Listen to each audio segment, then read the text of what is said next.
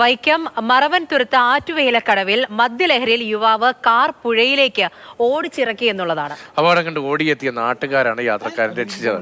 Thalayolaparambu police സ്ഥലത്തെത്തി യുവാവിനെ സ്റ്റേഷനിലേക്ക് മാറ്റി.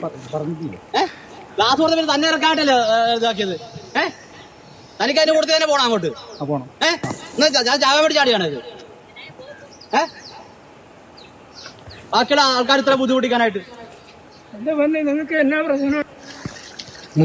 ചേട്ടൻ വെള്ളത്തിട്ടാ മുങ്ങുവാണ്. രക്ഷിക്കണ ആദ്യം. പിന്നെ അതെനിക്കിപ്പോ മനസ്സിലായി. ഗ്ലാസ് താനെ തുറന്നത് നിങ്ങൾ പറഞ്ഞിട്ടില്ലേ? ഗ്ലാസ് തുറന്ന തന്നെ ഇറക്കാട്ടല്ലേ ഇതാക്കിയത്. തനിക്ക് അതിന്റെ കൂടുതൽ തന്നെ പോണം അങ്ങോട്ട്. പോണം. ഞാൻ ചായ മേടിച്ച് ചാടിയാണത്. ബാക്കിയുള്ള ആൾക്കാർ ഇത്ര ബുദ്ധിമുട്ടിക്കാനായിട്ട് നിങ്ങൾക്ക് എന്നാ പ്രശ്നം? ചേട്ടൻ വെള്ളത്തിട്ടാ മുങ്ങുവാണ്. രക്ഷിക്കണ ആദ്യം. പിന്നെ അതെനിക്കിപ്പോ മനസ്സിലായി. ഗ്ലാസ് താനെ തുറന്നത്.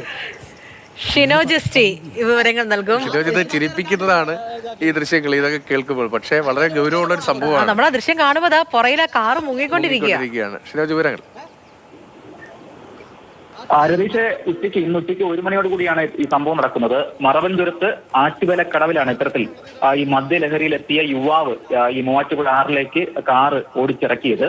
വടയാർ മുട്ടങ്കൽ സ്വദേശിയാണ് ഈ യുവാവ്. അദ്ദേഹം ഈ മദ്യലഹരിയിൽ അപകടകരമായ രീതിയിൽ ഈ കാർ ഓടിച്ച് ഈ മൂവാറ്റുപുഴ ആറിലേക്ക് ഓട്ടിച്ചിറക്കുകയായിരുന്നു. ഈ സമയത്ത് ഈ സമീപത്തുണ്ടായിരുന്ന കടവിലുണ്ടായിരുന്ന ഒരു കടത്തുകാരൻ എത്തി ഈ കാറിന്റെ ഡോർ തുറന്ന് ഈ യാത്രക്കാരനെ രക്ഷപ്പെടുത്തി. അതുകൊണ്ട് തന്നെ ആളപായമില്ലാതെ ഇയാളെ രക്ഷപ്പെടുത്താൻ കഴിഞ്ഞു. അതേ സമയത്ത് തന്നെ രതീഷ് സൂചിപ്പിച്ചതുപോലെ തന്നെ രസകരമായ സംഭവം എന്ന് പറയുന്നത് ഈ രക്ഷപ്പെടുത്തിയതിനു ശേഷം ഈ മുട്ടങ്കൽ സ്വദേശിയായിട്ടുള്ള ഈ വാഹനം ഓടിച്ചിരുന്ന അയാൾ പറഞ്ഞത് ഇത്തരത്തിൽ കാറിന്റെ ഡോർ തുറന്നത് കൊണ്ടാണ് ഈ വാഹനം ഇങ്ങനെ മുങ്ങിപ്പോയത് എന്നൊരു പറഞ്ഞ് അദ്ദേഹം അവിടെ കിടന്ന് പ്രശ്നമൊക്കെ ഉണ്ടാക്കി. എന്തായാലും തലയോലപ്പുറം പോലീസ് എത്തി ഇപ്പോൾ ഇദ്ദേഹത്തെ കസ്റ്റഡിയിൽ എടുത്തിട്ടുണ്ട്. നിലവിൽ ഇതുവരെ കേസ് ഒന്നും തന്നെ എടുത്തിട്ടില്ല.